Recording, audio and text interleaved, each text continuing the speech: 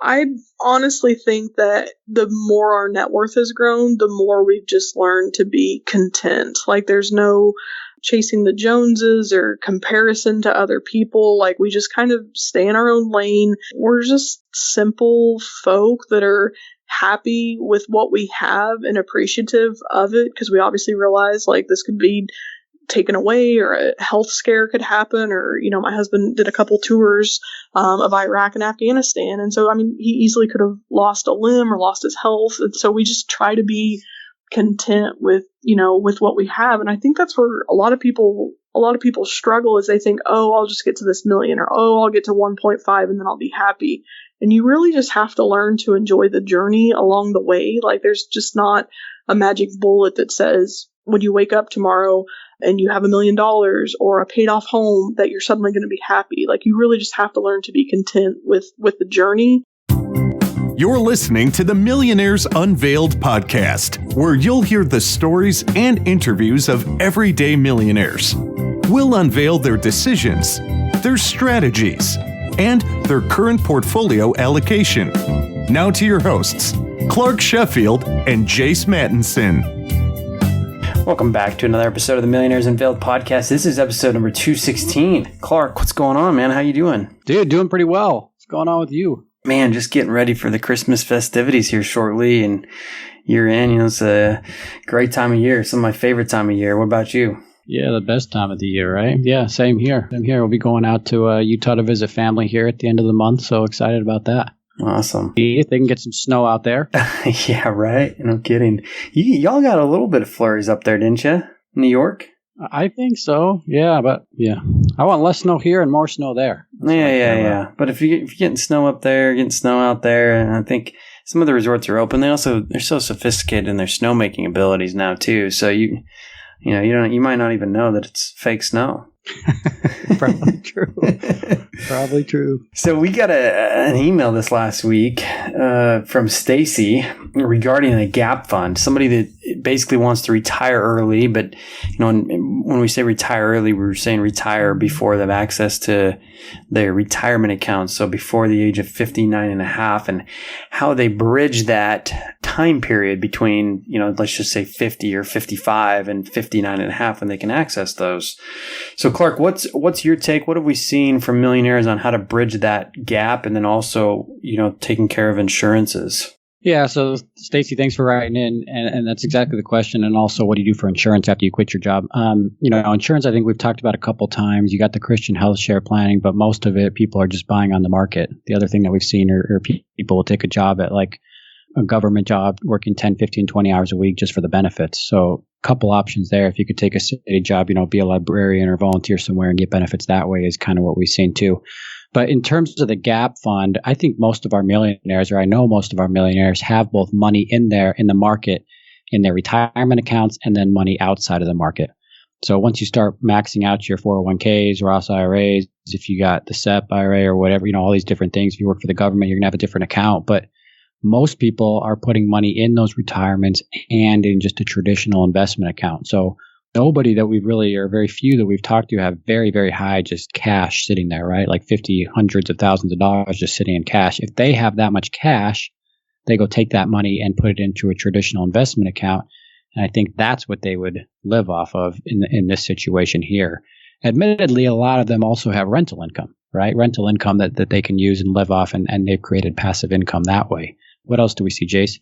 Yeah, I think those are the main things. I think part of the reason for this question and the question that comes up amongst most early retirees is, one, it's a little bit of a leap, right? Like it's new, it's something you haven't explored. And we've had several early retirees on the show, and it's funny, a lot of them say, well, I'm wealthier now. I retired sooner. I'm living on way less than I thought I would, et cetera, et cetera, et cetera. But you can never plan enough for that unknown. And so I think just building out, the insurance and the risk of what could happen. The big unknown for most of us is, well, what happens if portfolios drop by 20 or 30%? And I think that's something that you've got to take into account I think some people that we've seen retire early will have maybe a year's, spending in cash at the most, or at least 6 months that'll give them comfort that, hey, if their portfolio did drop by 20%, would they still be able to carry out that plan? But, the other thing that some of the retirees have told us is, you know what, I'm not really worried that I can't get a job again because I leave the workforce. I think that's a big fear a lot of people have. And in some professions, it probably makes sense, right? Like you may not be able to enter certain professions again if you leave or you lose your network, but there's always going to be jobs. It may not pay exactly what you were making before, or, the pay scale may be different, but I think there's so many more ways to supplement income than, our parents' generation had, right? Like if you want to go make $20-25 or, $15 an hour or whatever, I mean, there are so many options between driving for Uber or driving as a delivery driver for DoorDash or all these different, being a Walmart greeter. I mean, there are so many different options, and even some online that you can do from your house, if you've got physical limitations or whatever. So I think that and that gig economy has really opened up the bank in a way where, maybe if you do leave traditional work, that, hey, if something doesn't go as planned, there's still going to be opportunities for you to go back and earn some income if you have to. And I think that's, the mindset of some of these retirees taking on that, other than, hey, I've got my portfolio here. I've structured it. I've done the best I can. I've stress tested it. 20% drop. I'm fine for, however many years or whatever. And taking that leap, we hear it time and time again that you can always earn more money, but you can't really buy more time. So I think that's, from what we've seen, that's basically the gist that I would offer up. Okay, so this week we have Danielle. She's in her early 30s, married with 4-year-old twins. Net worth's $1.3 million. She's a CPA. We discuss career management, investing, and all sorts of other interesting topics. It's going to be a great interview. Super excited to have this interview with Danielle. Last week we had Derek. His net worth was 1.1. He's in the military, currently lives overseas. He had about 95% in mutual funds and stocks, a little bit of crypto and some cash.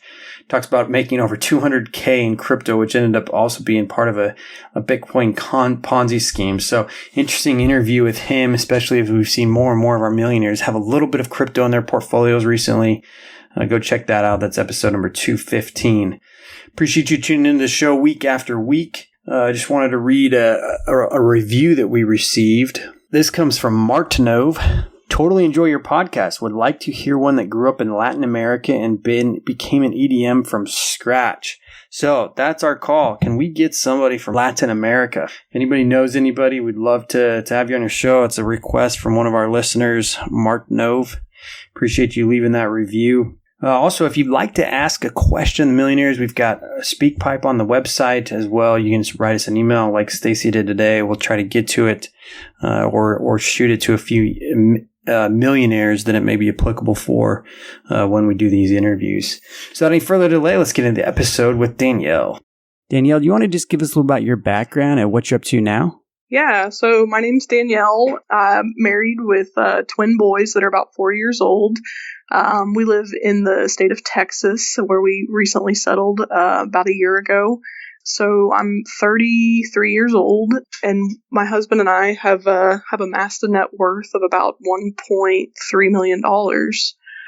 So kind of just have done that over time with consistent savings and investing in the market. So I work in accounting, and my husband is actually, since getting out of the military about a year ago, my husband now stays home with our two boys until they're ready to head off to school. So that's kind of our current situation. That's awesome. So 1.3 and you're in your early 30s, you're a pretty young millionaire.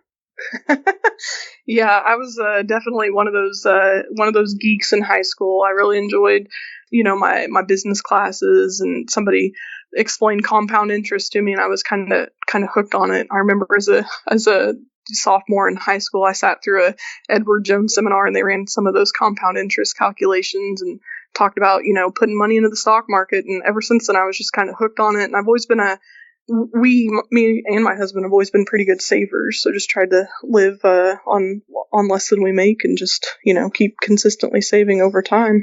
Totally. So let's get into the breakdown a little bit. How is the 1.3 broken up? Yeah. So kind of at like a high level, we've got 401k and Roth's account Roth accounts between the two of us that total about $710,000. And then we've got equity in our primary residence of about $170,000. We've got a taxable brokerage account that's about $250,000. We've got a small HSA that's worth about $10,000. We've got a 529 account for our children that totals about $123,000. And then the rest is in cash. So we've got about $55,000 in cash right now. Okay, so the retirement accounts, it's a pretty substantial amount, especially for somebody who's in their early 30s. Is that something that you and your husband have maxed out ever since he graduated college? Yeah, so my husband actually didn't go to college. He chose a career in the military.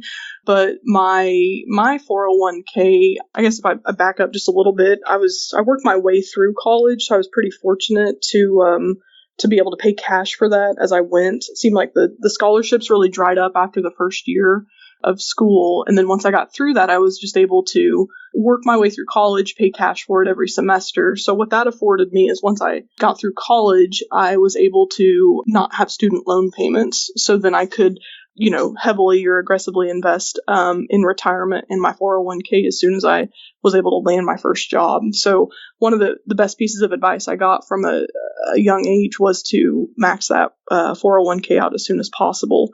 And then I also started my Roth when I was in college as well. So that's got about 13 years worth of, maxed out contributions in there. And then my husband kind of got a little bit later of a start. So he invested some in retirement, but we probably didn't start up his Roth until he was, early 30s, mid 30s. So he's 41 now. So he really has only had, a Roth going for like the last probably 5, maybe 6 years. So yeah, I was able to get a good jump on that and luckily had the ability to sock away as much as possible early on to let that grow. Yeah, totally. So do you have any idea roughly what the amount that you've contributed versus the amount of gain in that account? That's a great question. I should have prepared for that. I've evaluated it and checked it at time. It seems like the Roth, let's just do some quick math here. If you've maxed it out every year for call it 10, 11 years. Yeah. So let's just say you're probably 200 in, maybe 220. Plus whatever match you might have got. So call it maybe 250. Yeah. And then, so my 401k today is worth, of that 711 that I quoted to you, my 401k in that is probably 410. So I would say it's probably half contribution. And then the rest would be the discretionary contribution that I get. And then the rest would be the gains on that. So it feels like it's finally starting to hit the point where it's actually, the gains are starting to exceed the contributions that we've put in. And then a portion of that 401k too would also be a Roth 401k that was a little bit new at work over the last couple of years. And since they introduced that, I've kind of been changing my strategy to put a little bit more into the Roth 401k as opposed to just the traditional 401k, because I kind of believe that with, this much time on my side that it's going to grow to a pretty hefty sum. And I'd like for that to be tax-free growth as much as possible. But maybe I'll change that strategy later in life. Is that something that you just barely changed in the last year or two? I would say it's probably been in the last, probably 3 or 4 years. It seems like it's been a relatively new thing that was introduced, but I just really enjoy, I know there's probably a lot of discussion about, lower your taxable income now, because, taxes are going to be higher in the future. But I really just believe get the taxes paid and out of the way now, and then let that thing grow tax-free. So that's why I've kind of always hit the Roth pretty hard. And then now with the introduction at work of the Roth 401k, I think it's a pretty neat idea. And I'd like to get on board with that. Yeah. And for this whole time, you've also contributed to a Roth outside of your 401k, correct? Yeah, that's correct. I contributed to a Roth IRA now for 13 years. So I started when I was 20 and I'm 33 now. So yeah, that's probably 13 years, 14 years going on in 2021. And you've maxed those out as well? Yep, that's correct. Wow, that's pretty remarkable. Is there anything that would change the way that you go about that, or do you think you'll continue to max those accounts out as long as you can? I think as long as I can, I will continue down that path. I think that's my strategy for now, is to stay with that. I think for now I'm pretty content with how that looks, and I'll just keep maxing them out and filling them up as best as possible. Now, the money that you have invested in a brokerage account, is that for an early retirement purpose, or what's your strategy there? There's not really a great strategy there. I'm not 100% sold on early retirement. I really enjoy my career. I have a lot of variety with what I presently do. It still checks enough boxes on the, do I enjoy this? So, early retirement for me, just as somebody that kind of has a hard time, relaxing or just chilling out, I don't really know what early retirement looks like for me. And plus I've got young kids. So I'd kind of like to keep working as long as possible, at least for the foreseeable future.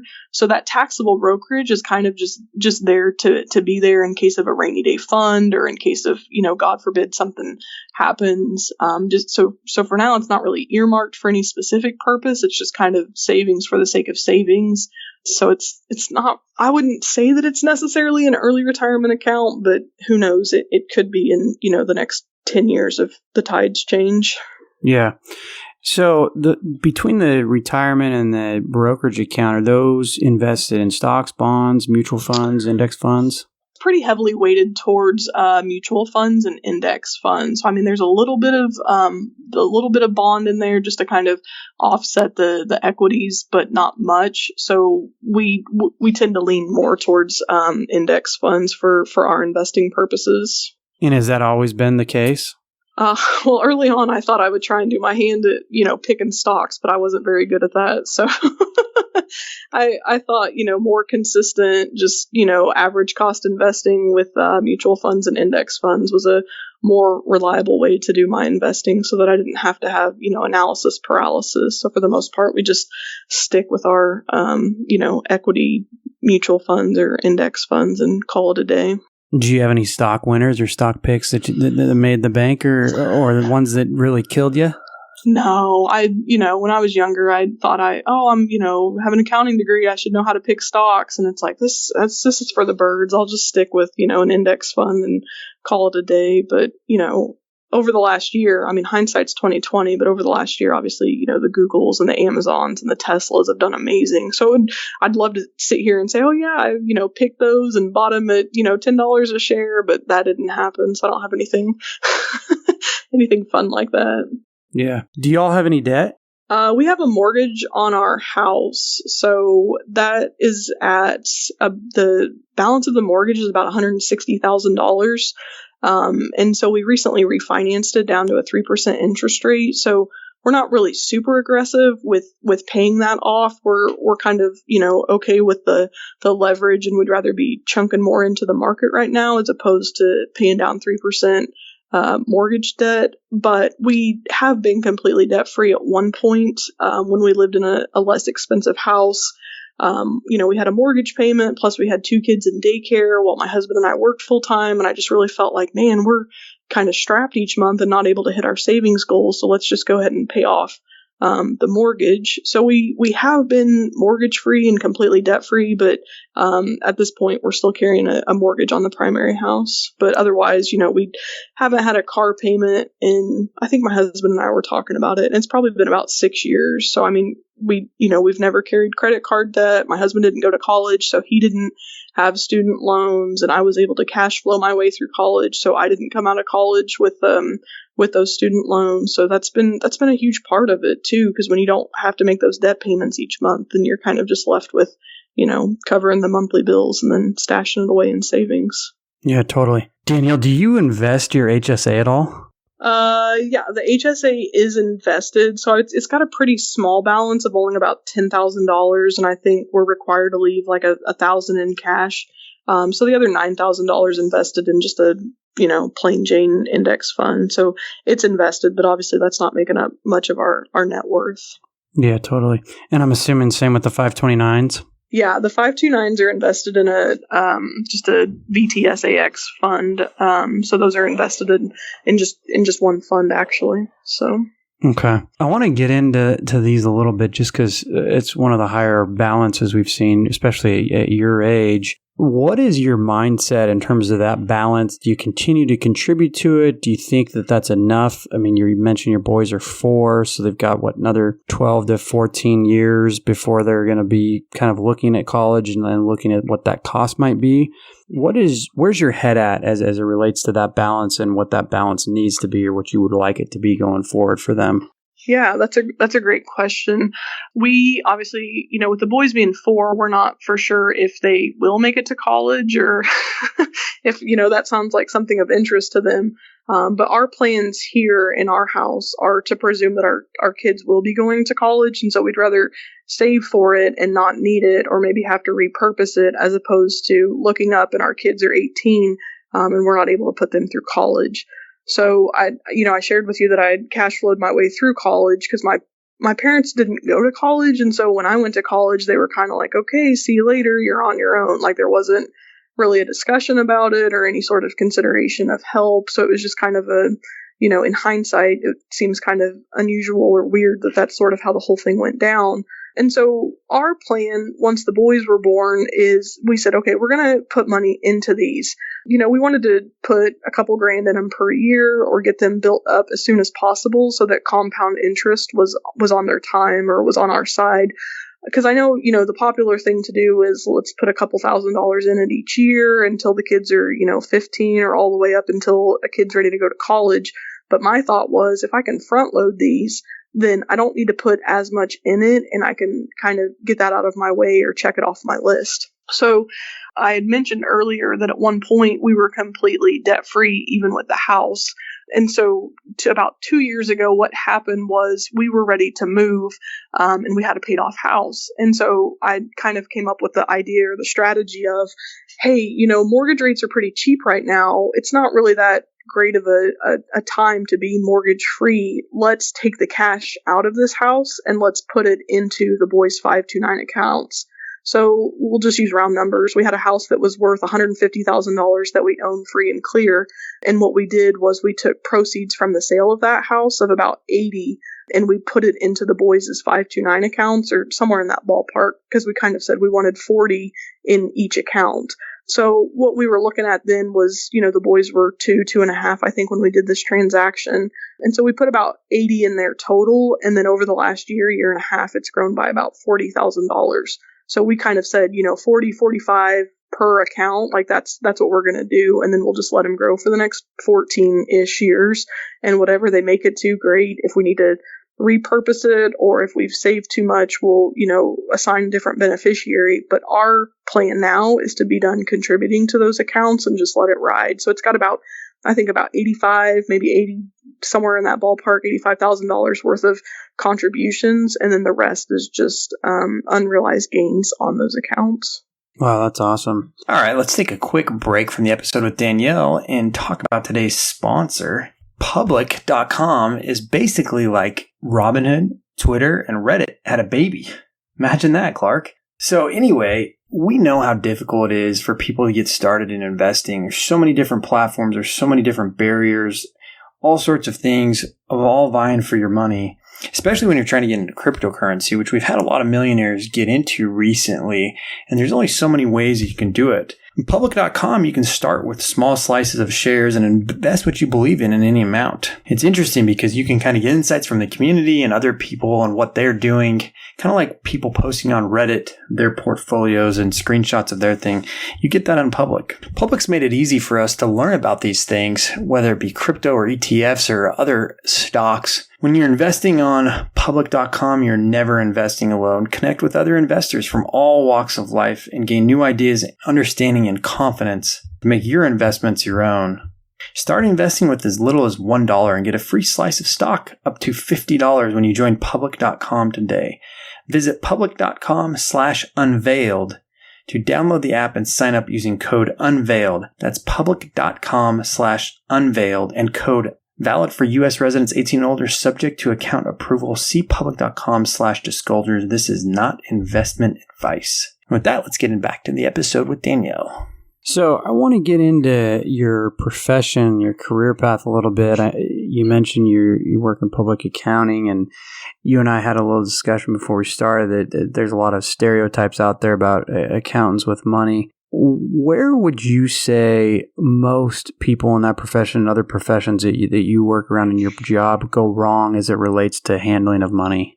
Oh man, I think a lot of them try to honestly keep up with the Joneses. Like if I had to kind of pinpoint maybe one problem, you can kind of see it. Like when the new hires roll up, they, see what the partners are maybe driving or wearing or what they live in, and they instantly start putting some of that pressure on themselves. Like you've got an intern or a new hire that's making, $50,000 a year, and they suddenly see like everybody's driving a Range Rover or a Lexus or whatever it is that, people are driving.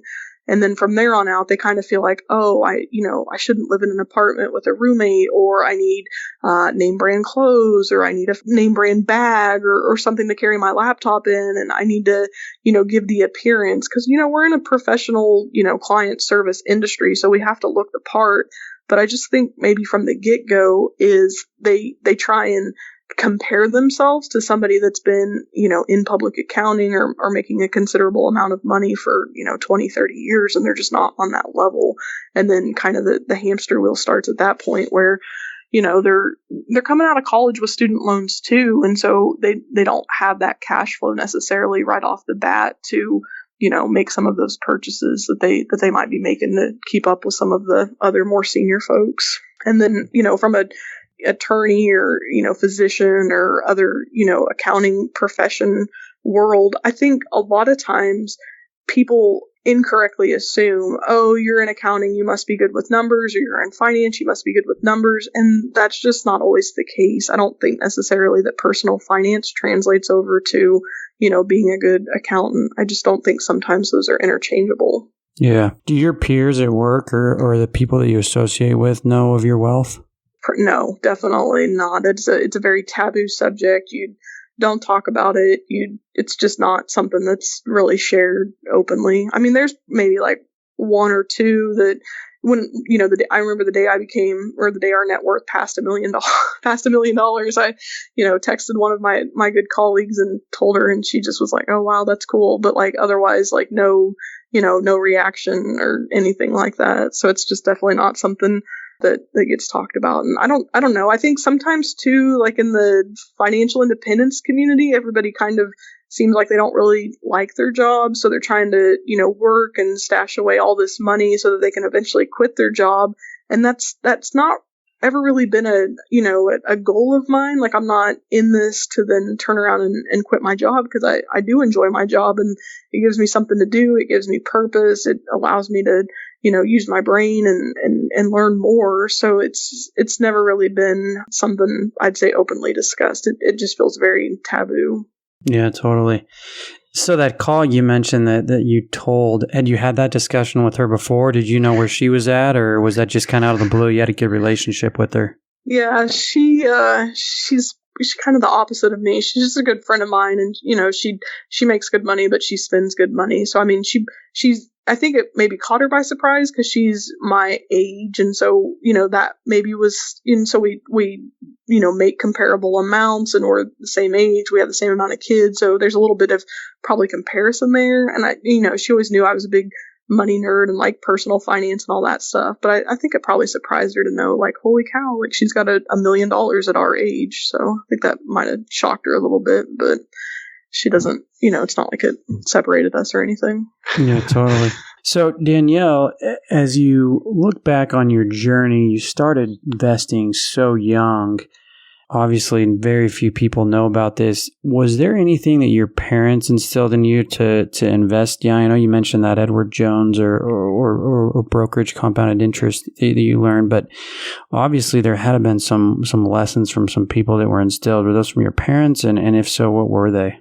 Yeah, that's a great question, and it's actually quite the opposite. I grew up. My parents are farmers, and so we kind of grew up in a rural community. And it's funny. I was just sharing with my husband, earlier this weekend. I was like, I don't even think my parents invest. Like, I don't remember any discussions with them growing up about the stock market or index funds or mutual funds. I mean, it literally, like, their entire net worth is wrapped up in, tractors and combines and cattle. So it's kind of almost the opposite. And I kind of saw maybe money as like a source of, like, tension or just contentious between my parents. Like, my dad was a farmer and my mom was a stay-at-home mom. And I just kind of felt like maybe there wasn't like a good relationship with money. I mean, it never felt like, with the salary, like with the salary from a regular job, you know exactly how much is going to come home every 2 weeks. But with farming, it's quite the opposite. It's like, oh shoot, it rained or it hailed or, the fence broke and the cows got out, so we don't know how much money we're going to make. And I guess that probably made me feel uneasy or maybe have a bit of a scarcity mindset when it came to money. But I don't recall any discussions at all with my parents about, the market or how to build wealth or anything like that. It was almost quite the opposite. And I mean, even to this day, I don't think my parents do invest. I don't think that they have any money in the market. I think all of their, retirement is probably tied up in farm equipment and animals and land and maybe oil rights. So it's just quite the opposite of what I've done. So just going off of that, are your parents going to be okay and your husband's parents going to be okay for retirement? Is that something you worry about at all? Well, that's a great question. My husband's dad is a very aggressive investor, and he has been a huge champion for us in, talking through investments or, contributing funds to the stock market. I mean, he's 74 years old and he is invested super aggressively. He owns lots of tech stocks for a person of that age. And so he's always kind of busting me for saying, you're not invested aggressively enough. You guys need to buy more individual stocks. And he kind of dismisses index fund investing and says that's not really investing. So, it's not very fun to share net worth with him because he just, outpaces us. So he'll be just fine for retirement. He's 74. He's living his best life right now. He made an amazing amount of money in the stock market last year.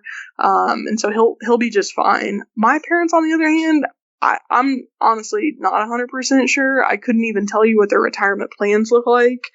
Like I mentioned, it's just kind of taboo. They didn't talk about it. So, I mean, who knows? I mean, even to this day, I don't feel like I have a good enough relationship with them to even ask, like, what are your plans? How are you going to fund this? Are you going to start selling stuff off? Or do you have savings that we don't know about? Like, it's just kind of very taboo with them. Yeah.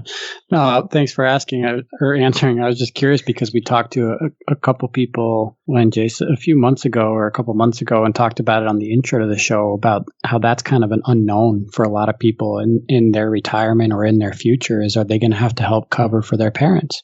Yeah. And cover for their parents' healthcare. So just curious. Let me just jump back to your kids. And I know you're recently married, been married about 5 years. Is that right? We just celebrated 8 years of marriage. Oh, 8 years. Yeah. Okay. So. Sorry. I'm curious at all, did money have any say or influence into when you guys decided to have children or not at all? No, I would not say that it did. I feel like we were maybe a little bit later in life when we went to have kids in the grand scheme of things. I was 29 and my husband, he's about 7 years older than me. So he was, late 30s when we finally decided that we were going to have kids. What more so was helpful was that we were both established with our careers. So I felt like I had more seniority at work and I was able to, kind of not feel that pressure to get back to work, or they were at least able to work with me a little bit more. I feel like maybe if I would have had kids super young, I would have probably just felt overwhelmed, like I couldn't juggle a professional career and kids. But it kind of worked out in our favor for the time of when we had kids. My husband was in the military, and so the military kind of moved us around to a few different towns that were lower cost of living than where we live now. And I don't know if you guys have kids or have had to pay to put them in daycare, but I mean, it costs an arm and a leg. So fortunately with us, putting them in a daycare in some of these lower cost of living areas, it was much cheaper than what we would pay, nowadays if my husband wasn't staying at home with them. Yeah, no, I was just curious because I think for some people that is, money is a factor, and for a lot of people it's not at all. So I want to ask that more on the show because I think it differs from couple to couple, and it's just interesting to hear. Yeah, I think it's a valid question. When I see younger kids, maybe like having kids, I do wonder like how do you afford that? And I think more of them are probably closer to family and have family able to help. But my husband and I we don't live anywhere near our families, and so we don't really have any sort of support system like that where somebody could, help out or watch kids. So it's kind of just us on our own with it. And so I definitely think if we, had family around, or maybe a parent that was going to be a babysitter for us or something like that, but that just wasn't our circumstances at the time. So. Yeah. Your husband stays at home full time now? He does now. He finished up his career in the military, and about the time that he got out, the boys were around 3 years old, so we just made a plan that he would stay home with them until they were school age. And then what he actually does is he uses his GI Bill, which is a benefit that he earned from his years of service in the military. So he's a full-time student at the same time that he stays home with the boys, so that he can pull down that GI Bill benefit, which, very cool. Yeah, I mean, it's not going to, make us quad millionaires, but it definitely pulls in a little bit extra cash each year. Yeah. So I'm like, well, sorry to interrupt you. I was just going to say, I think you are, Jace, correct me if I'm wrong, I think you're the first couple that we've talked to where the wife works full time and the husband stays at home. Is that right, Jace? Yeah, I think so. I think so. Props to you guys. Awesome. Are you guys on the... Go ahead. Sorry. I was going to say, we're making it work. It was a little bit scary for me when, COVID hit and work sent us home to work. I was like, no, you can't send me home to work. Like my kids are home. Like I can't go home, but they were like, no, like we're shutting the office, like go home to work. And so, I've literally been working from home for the last 9 months now with my kids here, but he does a great job. I mean, he's a much better dad than I am a mom. So he's just a giant big kid himself. So, I mean, was that the plan or it just kind of happened? It just kind of happened that way as far as timing for when he was going to get out of the military. So it just worked out that way. 5 years ago, before we even had the boys, like he would not have told you that he was going to be a stay-at-home dad. And I never thought that I'm using air quotes here, but I never thought that I would allow my husband to stay at home. I always thought, we both need to be bringing in an income. We have to contribute equally. But now I just see such a huge benefit to that. I mean, my work can be very demanding with deadlines and travel, when COVID's not an issue. And so it's kind of nice to just have him here on alert all the time with the kids so that I can kind of go and forge my way with my career. So yeah. Well, good for you guys. So we talked a little bit, Danielle, about where you've been and where you are now. What does the future look like? Are there net worth or financial goals, or what about working? Do you want to retire early, or is that not of interest? Where do you go from here? Yeah, currently I don't really think that I want to retire early. I'm sure I will. What I'd probably like to do is, work through at least once my kids are out of school, just to make sure that we've got a good buffer, for all those. Everybody keeps telling me, oh, you're so lucky, your kids are young, they get more expensive as they get older. So I just want to make sure that we've got a good cushion for that. We don't really have any net worth goals per se, but it's just kind of interesting. I mentioned that we hit $1 million about 12 or 14 months ago, and now we're already at $1.3 million. So I mean, in a little over a year, it went up $300,000. So it's kind of crazy to see the math work and to see how fast this is growing. That first million took 8 years or something like that. And now it seems to be coming much faster. So, I mean, I should probably set a goal, but I don't know. We're just kind of living and saving and enjoying life. So we're going to try our hand at rental properties over this next year. So we're going to close on our first one here in a couple of days and see if we like that. And if we do, we'll acquire a couple more to add to the portfolio, because I'd really like to, have a couple paid off single family homes and see how, that does for us. And it would give my husband something else to add to his plate and kind of manage and tinker with. But yeah, we're just living life and loving it. Danielle, is there anything, as it relates to maybe what we would consider some of the, materialistic things that usually comes with wealth? I mean, you mentioned earlier some of the new associates that join your firm, see the partners driving cars and houses and everything else. Is there anything like that in your life that you want down the road now, or maybe even now that you've reached millionaire status and kind of have that ball rolling for yourself? Oh yeah, when I think of the future, and this is much further down the road, but I would envision like a lake house and a nice boat. I don't feel like we have that kind of money right now. Like right now it's almost like when I was, growing up, I thought $1 million was a lot. Now I kind of feel like, oh, this, we're just getting started. Like we need much bigger wealth for this. But yeah, I would definitely like a nice lake house, a nice boat. I am a big entertainer, so I always want people to come over and feel welcome and all of that. So that's probably my main goal for now. Maybe we'll have some land in the future too, and a a bigger house, and much further down the road, if my kids get married or have kids of their own, it would just be nice to have a good place for everybody to always be able to come home to. Yeah. Does the political environment change the way that you think about your investments or building wealth, or do you pay attention to that at all?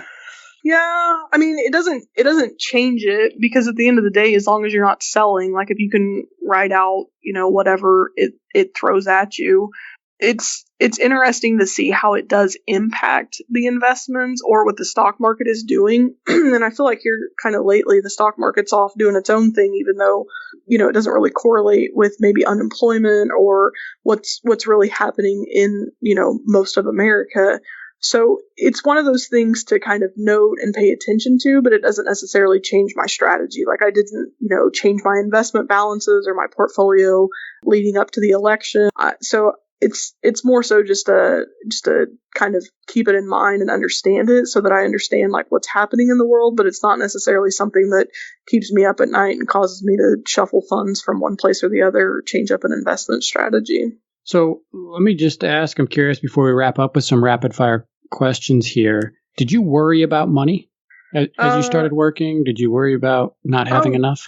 Oh, yeah, absolutely. I mean, shortly after I started working, I had bought a house, and then I accepted a transfer to another city. And so I was juggling a mortgage payment plus a rent payment. And I mean, I was making $50,000 a year. Like what, who does that? Like that wasn't a very solid, financial move on my end. And then, there's been other things that have come up too. Like we moved quite a bit while my husband was in the military. And so that always involved, I don't know, somehow we just weren't able to rent. So we always had to buy. And that is not a smart decision, is to buy a house and then sell it 2 years later. And so plus the military is telling you to move. So we were always forced to sell it, and we wouldn't always have it sold by the time we left that area. So I mean, that always stressed me out and caused me to definitely worry. And so I think could you ever keep those as rentals? Well, we didn't at the time, because we didn't want to have to we just didn't want to mess with it. Like the towns that we were leaving were not towns like, oh, we'll come back here sometime, or this will be our retirement house. Instead, it was like, no, we need to get this sold so we can get our cash back out of it and close this chapter and move on to the next thing. But yeah, I mean, I'll self-admit that I'm a worrier, so it's definitely something that you work hard for your money. I mean, you work lots of hours to bring home a paycheck, and I don't just want it to fritter away. I want it to work as hard as possible and be as optimized as possible, so that we don't, have nothing to show for it at the end of our working life. Yeah. So to that point, what's your risk tolerance, and has it shifted through the years as the net worth has grown? Have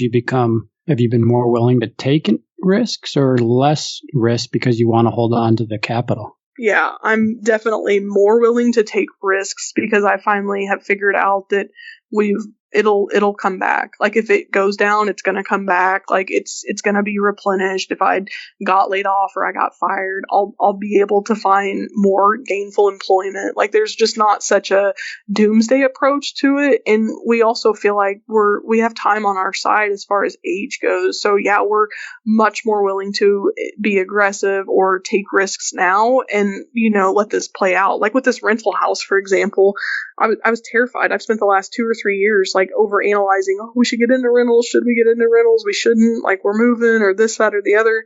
And I finally just had to say, you know what? We're just going to do it. What's the worst that could happen? I mean, the worst that could happen is we buy a rental and nobody moves into it. And maybe, we don't make any income off of it, but at least we'll have a house. So yeah, I think now with a larger net worth, it's almost like I feel more comfortable like taking some of those risks, because I feel like, okay, I've got the backing behind me, and this will replenish And, we've got 30 years to go before we're ready to start drawing down on any of this. Yeah. Yeah. An awesome job. I mean, congrats. You've done it from such a young age. So obviously that helps too.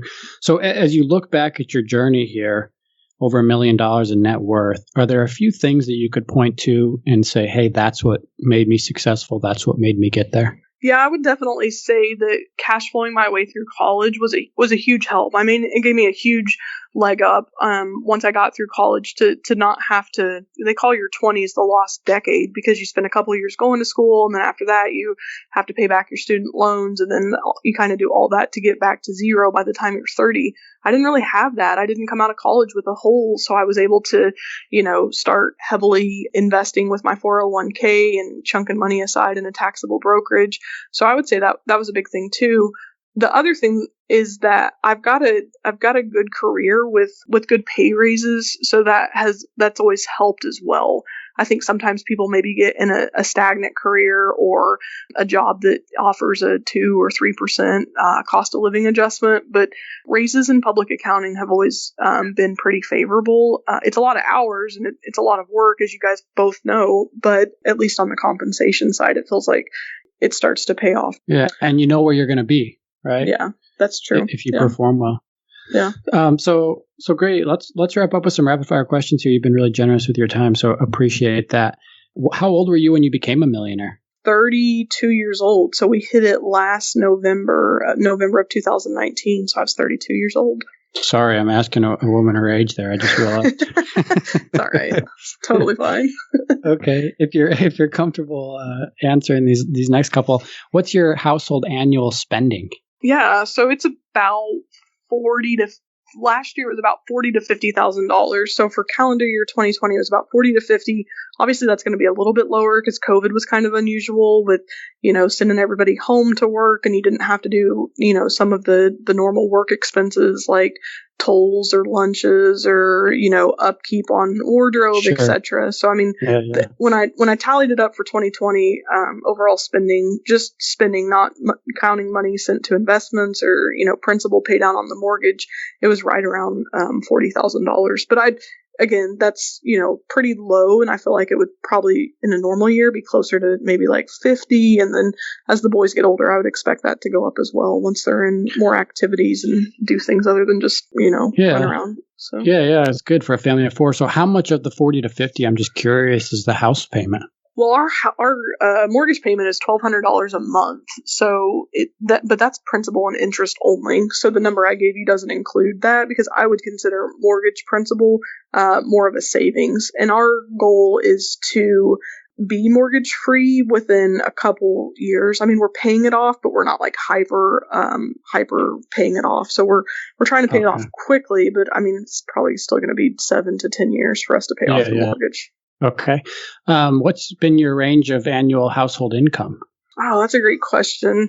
So you have to consider, too, that at one point my husband worked, and not only did he work outside the home, but he worked for the military. And a large part of their pay is considered an allowance.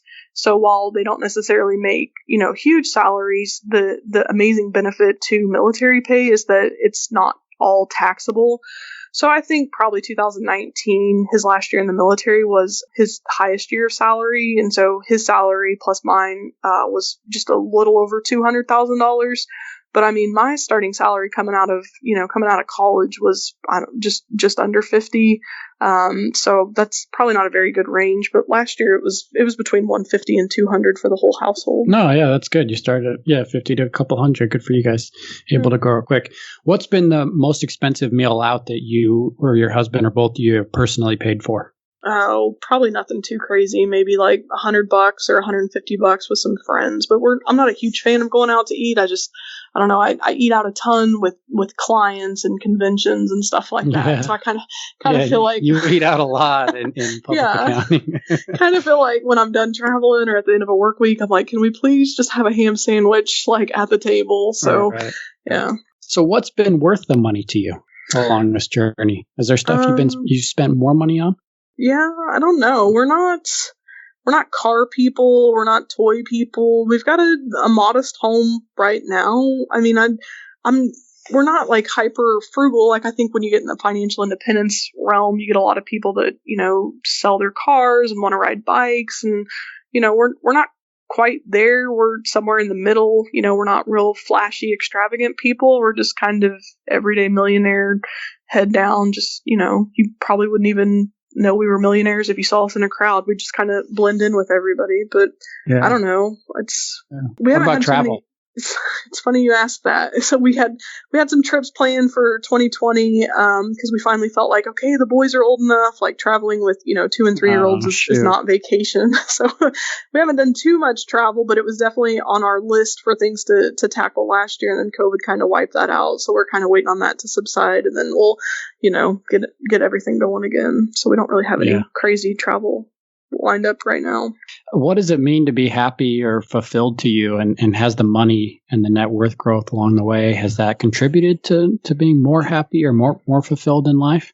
Oh, great question. I honestly think that the more our net worth has grown, the more we've just learned to be content. Like there's no chasing the Joneses or comparison to other people. Like we just kind of stay in our own lane. We're just simple folk that are happy with what we have and appreciative of it, because we obviously realize like this could be taken away or a health scare could happen, or my husband did a couple tours of Iraq and Afghanistan, and so he easily could have lost a limb or lost his health, and so we just try to be content with what we have. And I think that's where a lot of people struggle, is they think, oh, I'll just get to this million, or oh, I'll get to 1.5 and then I'll be happy. And you really just have to learn to enjoy the journey along the way. Like there's just not a magic bullet that says when you wake up tomorrow and you have $1 million or a paid off home that you're suddenly going to be happy. Like you really just have to learn to be content with the journey and not assuming that you can just flip it on once you reach the destination. Yeah, really good answer. Well, let's end it there. We'll end on that. That was really good. So appreciate you coming on. Thank you so much for spending your time with us tonight, and 1.3 million. Awesome job. So thanks again. All right. Thanks, guys. Have a good night. Thanks, Danielle. Thanks for listening to the Millionaires Unveiled podcast with Clark Sheffield and Chase Mattinson. For more stories, investment opportunities, and information, check out our website at millionairesunveiled.com. See you next time when you'll hear from another everyday millionaire.